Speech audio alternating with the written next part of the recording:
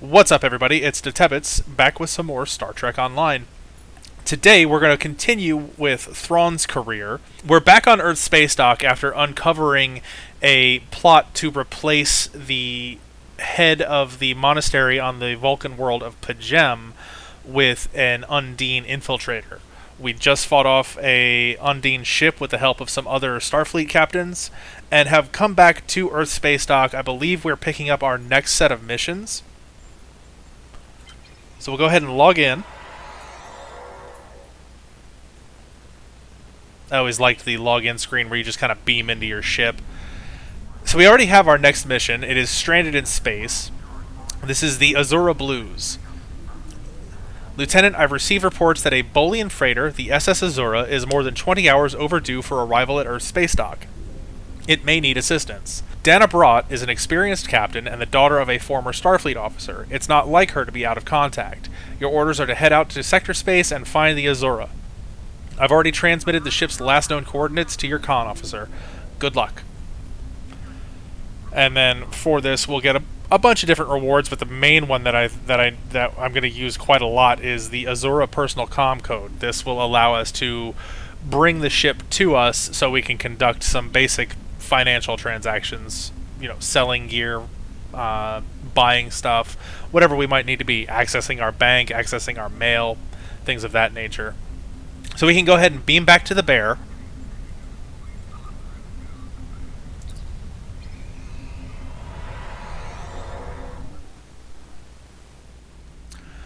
So it's time to depart the system. We're going to go out to sector space and then head off to the last known location of the SS Azura.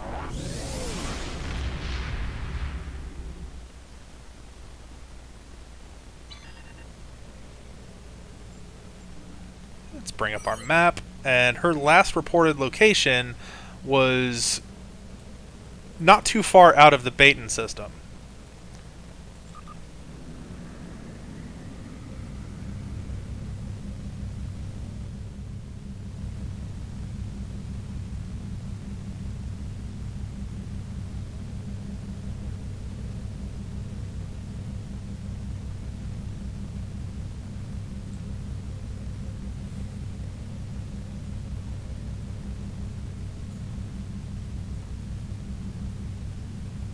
To any ships in range, this is Dana Brott of the transport SS Azura. Please help. Warp core containment field down. Radiation flooding ship. Communications and life support failing. Cannot eject warp core. Need immediate evacuation and assistance. Please help us.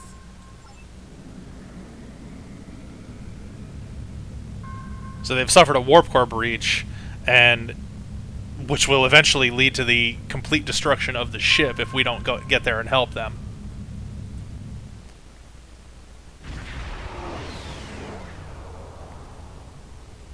To any ships in range, this is Dana Brott of the transport SS Azura. Please help. We're being pursued by Orion Raiders. Crew injured, taking heavy fire.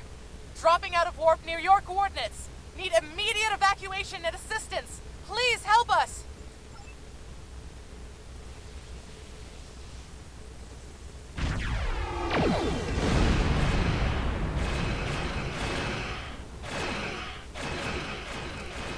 So it looks like we've got some Orion pirates that we gotta fight off.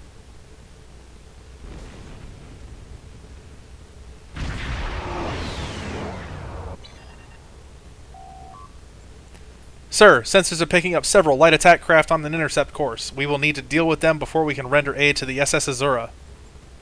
Full power to shields. Helm, take us into range.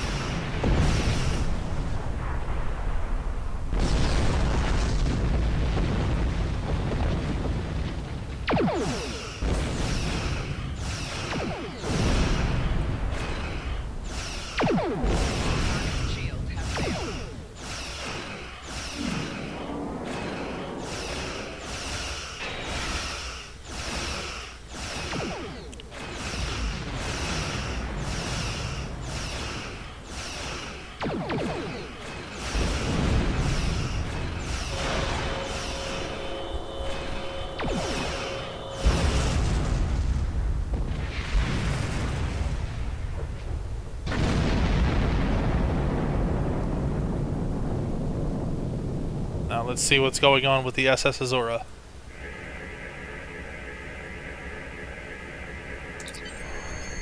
Captain, I'm detecting elevated radiation levels on the Azura. I've alerted the transporter chief of the situation. She can brief you before you beam over to the Azura. Away team, report to transporter room.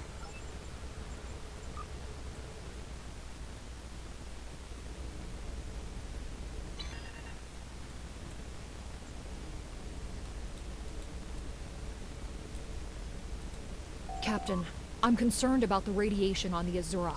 She might have some damage to the warp core, but our sensors can't pick up enough to determine exactly what you'll find over there. I'm sure I can send you and the away team to the ship safely, but getting you back might be a problem until the Azura's critical damage is repaired. Step on the transporter pad when you're ready to go, and be careful, sir. Try to keep on lock on us and prepare to transport survivors.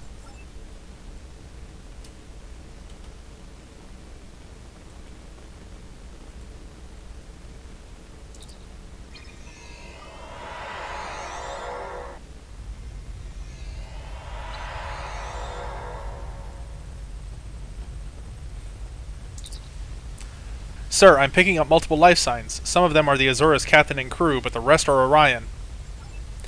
Plasma leaks are blocking our path to the survivors. We will need to use the consoles to safely vent the plasma. Rescuing survivors is our top priority.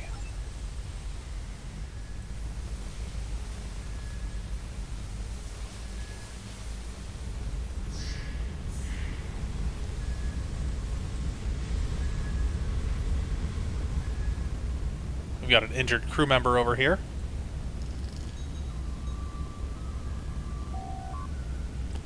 The crew member is critically injured and you do not have the training necessary to assist them. So I would need to be a science officer before I could render aid to this wounded crew member.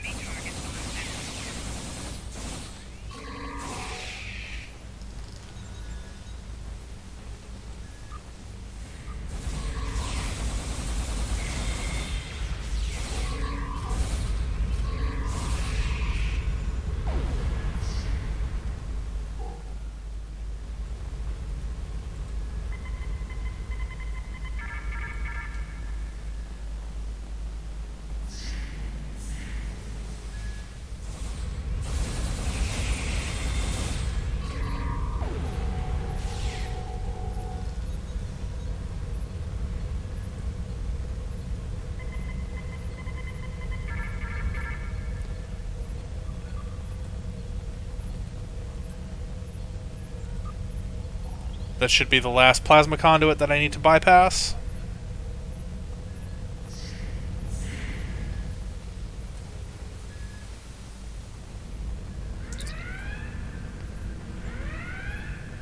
Scanning the warp core. Catastrophic failure of antimatter containment. Warp core breach is imminent.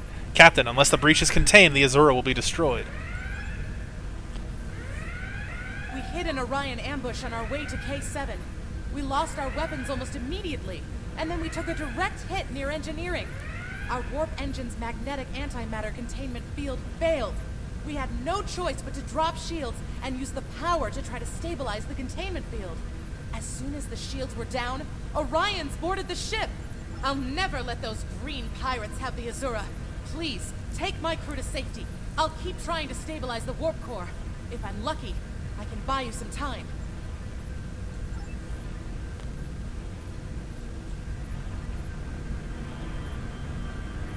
And because I am an engineering officer, I can actually scan the warp core to help.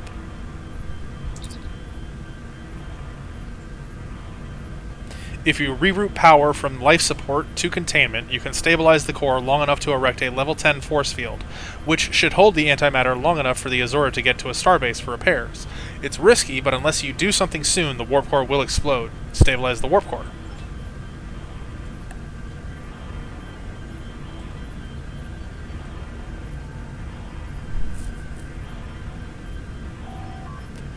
Life support levels are at 82%. Automated backups will engage if power to life support drops below 47. Are you sure you want to reroute power to the antimatter containment? Reroute the power. So a multi-step process. Erecting a level 10 force field won't repair all of the damage to the Azura, but it should contain the antimatter and give the ship a fighting chance to survive. If the vessel makes it through the next few minutes, it should be able to limp to a starbase on impulse power. A shipyard is needed to make all of the repairs that the vessel needs. Engage the force field. Okay, so we now have contained the warp core in a force field. It should prevent the antimatter from breaching and destroying the rest of the ship.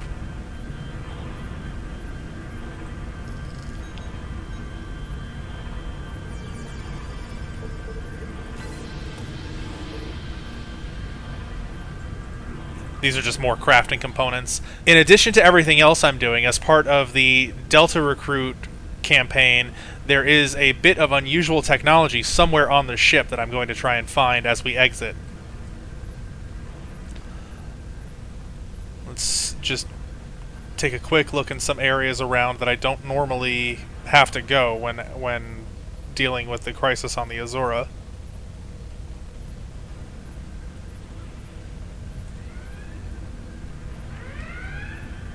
Here it is.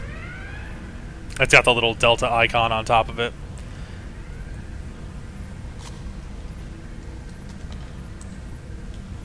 The alloys used in this device are normally only found in the Delta Quadrant. We know that the Iconians have gateways that allow them to go anywhere they wish. It would be reasonable to assume that they have had influence in the Delta Quadrant as well. Alright, now to escort the crew safely off the ship.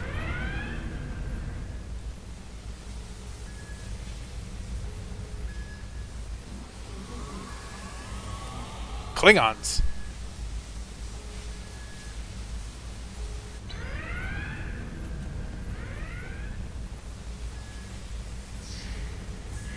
It is no surprise that the cowardly Orions cannot even handle raiding a freighter.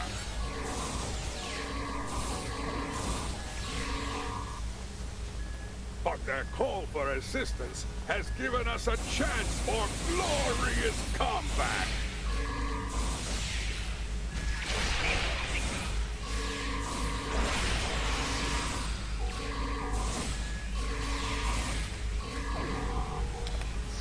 So the Orions are allied with the Klingons in this game.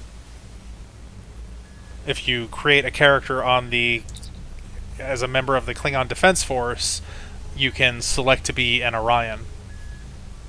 Captain, there must be a cloaked Klingon vessel in the area. We should alert the ship. Bear, we have Klingons.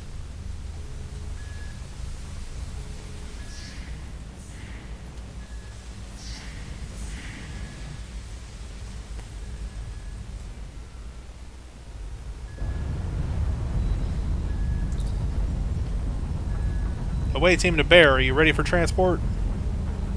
The Azura's radiation levels are returning to normal. The survivors of the Azura's crew are on the transporter pad. We don't have much time. Get these people off this ship now.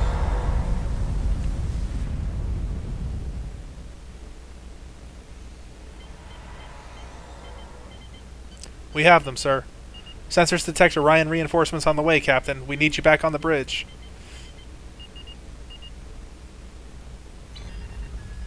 Now it's time for us to get off the ship.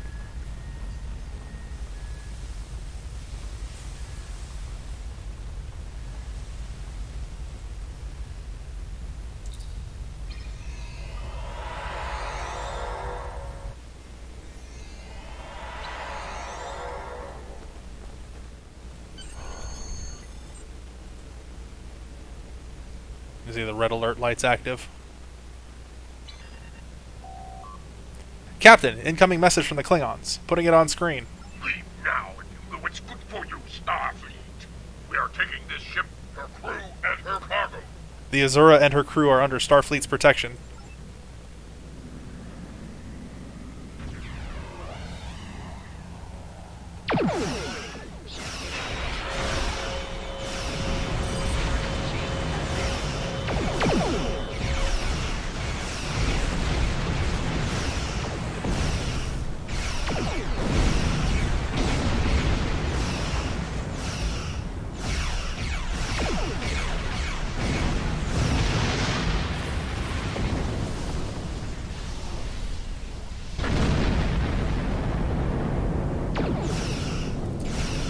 Oh, we've got a Negvar warship here. This is a bigger Klingon ship.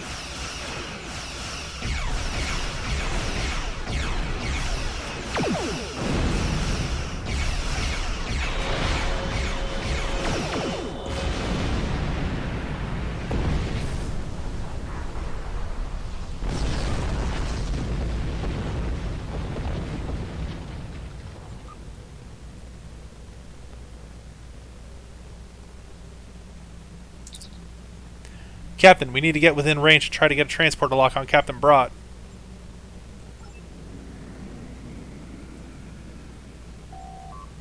Scanning the Azura now, sir. Radiation levels are normal and the force field around the warp core is holding. She's out of danger. Captain Brott is hailing us, putting her on the main view screen. Many thanks. If it hadn't been for you and your crew, I would have lost my ship and my life. I'm in your debt.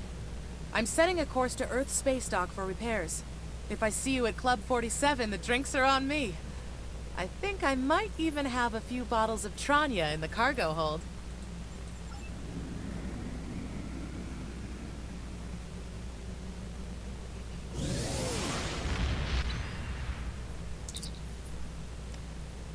Now that the Azura is safely away, sir, we should take the injured crew out of the system. Starfleet is sending a shuttle to retrieve them, and they can rejoin the Azura at Earth space dock. Are you ready to go? Basically, I just have to leave the system at this point and then hail Starfleet.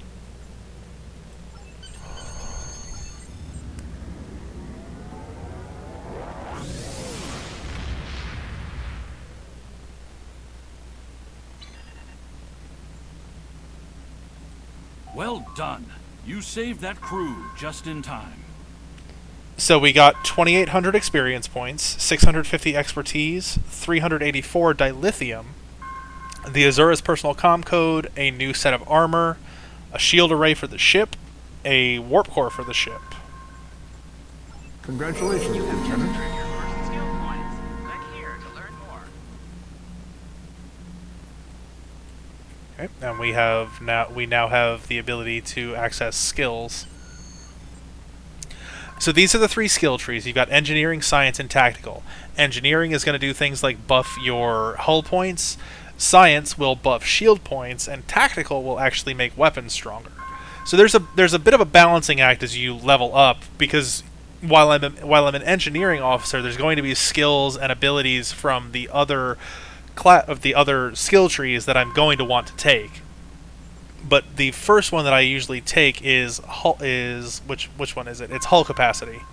This skill increases the maximum hull capacity of your starship. While each starship has its own base maximum hull value, each point of hull capacity skill always provides a bonus of 0.3% to that base value.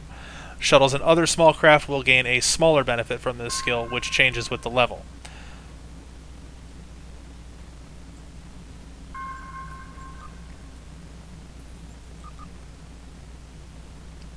And then, you can take so next level up I will probably take shield capacity. And then there's some tactical skills that actually become more beneficial later on, I believe. Yeah, like weapon amplification makes them actually do more damage and stuff like that. The main one I'm going to be going down is engineering, and then science has some skills, and tactical has a few of them that I want. That was space. Do I have any ground skills? I do have a ground point. So again, I'm an engineering officer. Engineering officers are the tanks in this game. So the first skill that I'm going to take here as a ground skill is endurance training. Endurance training 1. This skill increases your maximum hit points. Each point of health capacity skill grants you an additional 0.2% health. Your maximum hit points scale up as you level, starting at 200 and gaining 6 each time you gain a level. This skill increases this base scaling value by a fixed percentage, rounded to the nearest whole number. It's just more hit points.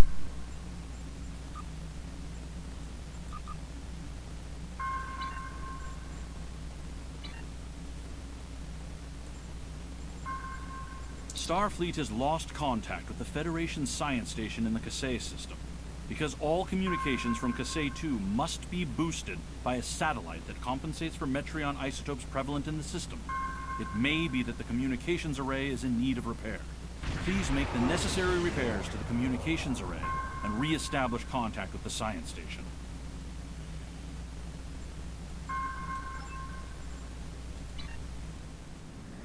So we got our next mission from Starfleet Command. However, I'm not going to do that right away. I do want to go back to Earth Space Dock, though, just for one quick reason. I'm wondering if I can actually access the ship that I have. I have played this game for quite a while, so I have access to a couple of different premium ships, and there's one that I may be able to play with right off the bat. Not sure though, so I have to go back and check.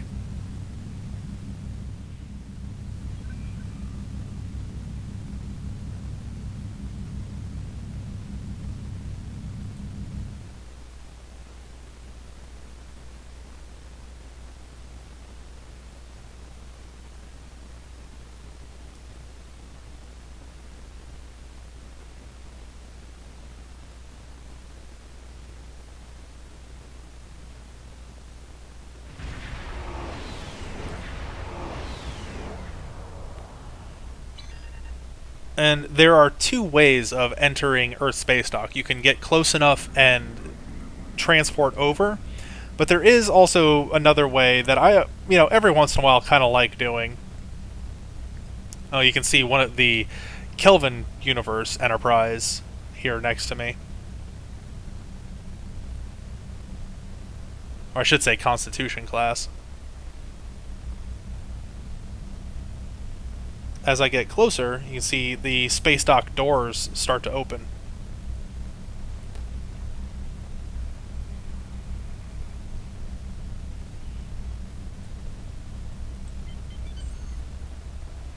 And you cannot use full impulse this close to Earth Space Dock.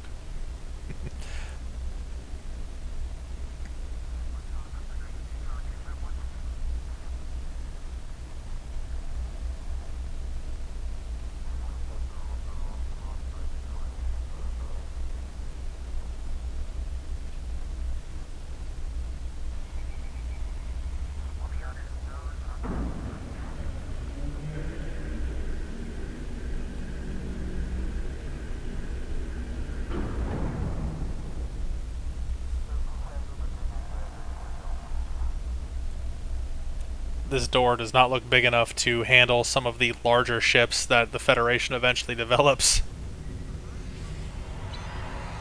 Cadets arriving from Starfleet Academy must report to Admiral Quinn's office upon arrival. One of these days we'll go take a look at Starfleet Academy too. It's kind of nice, right on San Francisco Bay.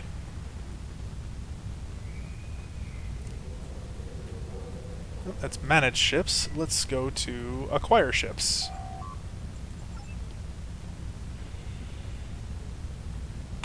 So, because, again, I have played this game for so long, I've actually purchased a couple of premium ships along the way.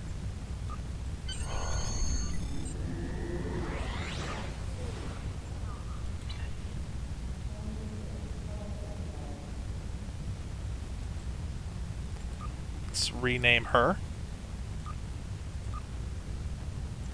She'll be the USS Michelangelo. And if we go to manage my ships,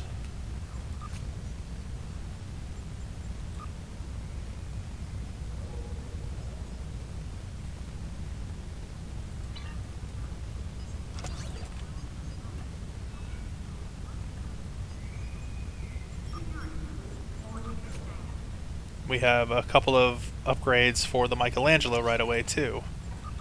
A new shield generator, a new warp core,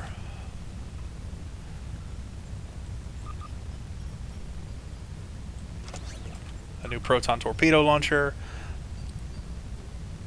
and a new... This is a science console. However, I don't want to replace the shield emitter amplifier that I have. The shield emitter amplifier actually boosts my...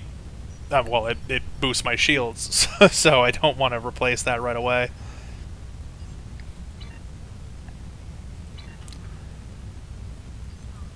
But now...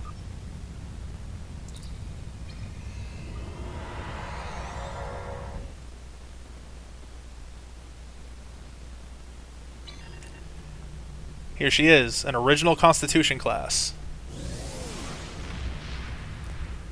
You can even see the spinning of the Bassard collectors, or the extended navigational deflector, and they even modeled in the landing legs. If the saucer separated, it was able to land on planet with these coming down as landing gear. There was another one that was hidden back here behind the neck or underneath the where the neck section connects to the saucer. But when I had the option to, you know, spend a couple of bucks and buy this ship, I always liked the look of the original Constitution. You know, Star Trek is another one of my favorite sci-fi settings. But this is just a, you know, this ship fills the same role as the Miranda class. It just gives me a couple of more options. I do need to set a few things before I do anything else. I need to put my officers back in their seats.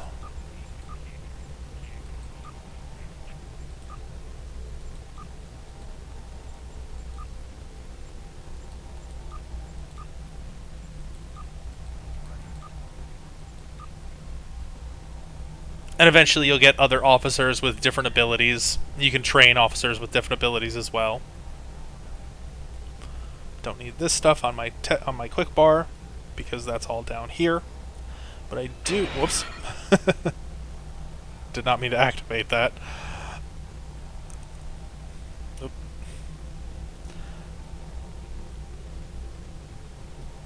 And I'll eventually have both of these bars pretty full. But this is where I'm going to leave it today. Let's go back to the main login screen.